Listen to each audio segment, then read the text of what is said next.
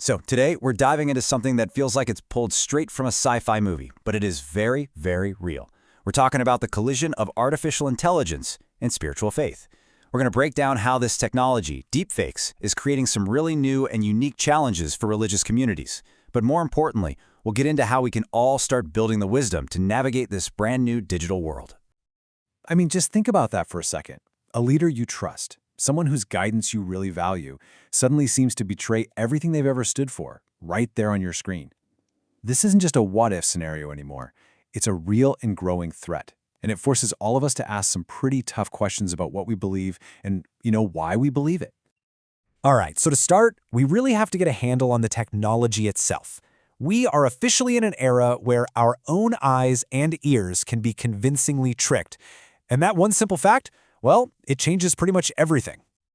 So what exactly is a deepfake? Well, the engine behind this is a really clever type of AI. The easiest way to picture it is like a master artist and an apprentice. One AI, the apprentice, tries to create a fake image. Then, a second AI, the master, tries to spot the forgery. They go back and forth millions of times, and with every single round, that apprentice gets better and better at making fakes, until its work is so convincing it can fool not just the other AI, but you and me. And that right there, that is the real kicker. For basically all of human history, seeing something with your own two eyes was the gold standard for truth, right? Well, that standard is officially broken. This technology completely shatters our instinct to trust what we see and hear, and it creates this urgent, modern need for a very ancient skill, discernment. Okay, so let's zoom in a bit and see how this threat is really playing out within faith communities. Because when a technology can perfectly mimic a voice people have learned to trust, those communities become a perfect target for manipulation. The risks here are huge, and they come in all shapes and sizes. We're talking about spreading false teachings that go against core beliefs, or completely destroying a leader's reputation with a fabricated scandal. Or imagine getting a call from an AI-generated voice of your pastor asking you to donate to a new charity that's actually just a scam.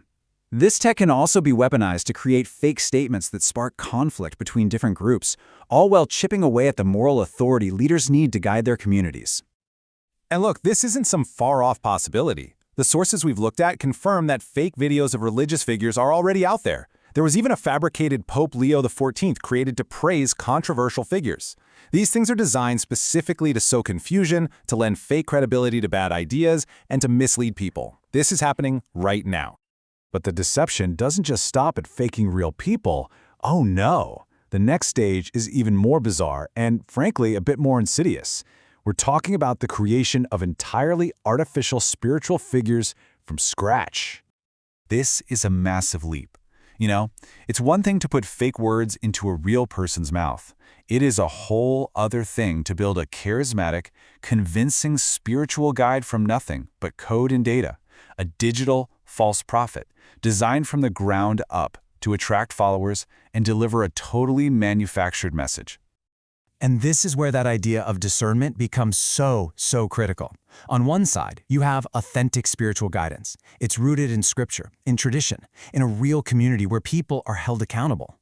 But on the other side, you have AI-generated prophecy. It's based entirely on algorithms sifting through data. It has zero genuine spiritual authority. It's a perfect tool for manipulation because it can be programmed to say exactly what its audience wants to hear, with no connection to any actual truth. So, how do they pull it off? Well, they use a whole bag of digital tricks. They can simulate what look like miracles using virtual reality, deliver these perfectly crafted prophecies with synthesized voices, and even create deepfake videos of what appear to be divine beings. And the key is, the messages are almost always wrapped in familiar religious language, which makes them sound authentic and even more deceptive. Now, it's really interesting. The theological sources we reviewed see a direct parallel here. From their perspective, this technology's ability to create these convincing signs and wonders that can deceive people lines up almost perfectly with ancient scriptural warnings, like those in the book of Matthew, about the rise of false prophets and widespread deception in the last days. So, faced with all of this incredible and kind of scary technology, how are we supposed to respond? Well, the answer isn't to just run from it. It's about building up our resilience against deception. It's about forging a new kind of digital wisdom. The sources lay out a really clear 4-step game plan. First up, enhance digital literacy. This is just about getting better at questioning what we see online. Checking sources before we believe or share something. Second, for people of faith, is to be grounded in core beliefs.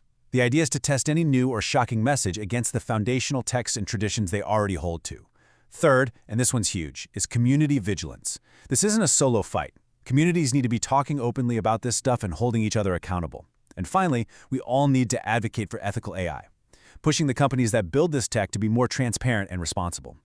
So what does the future of faith actually look like in a world that's just saturated with AI? Well, it's complicated. It's going to have some serious challenges, but also some new opportunities. Yeah, it's really important to remember that AI is just a tool, and while we've seen how it can be used to deceive, the sources also point out its incredible potential for good. I'm talking about things like instantly translating religious texts for people around the world, or creating more accessible virtual worship spaces for those who can't attend in person. And that really brings us to the bottom line here. According to the sources, the call isn't to fear technology or to retreat from the digital world. Instead, it's a call to be sober, to be vigilant, and for believers, to double down on their faith in what they see as the ultimate unchanging authority, a foundation solid enough to help them tell the difference between what's real and what's fake. And so, that really leaves us with the essential question for our time. In a world where our senses can be flawlessly tricked by an algorithm, what do we choose as our bedrock? What becomes our ultimate source of truth? Thanks for watching.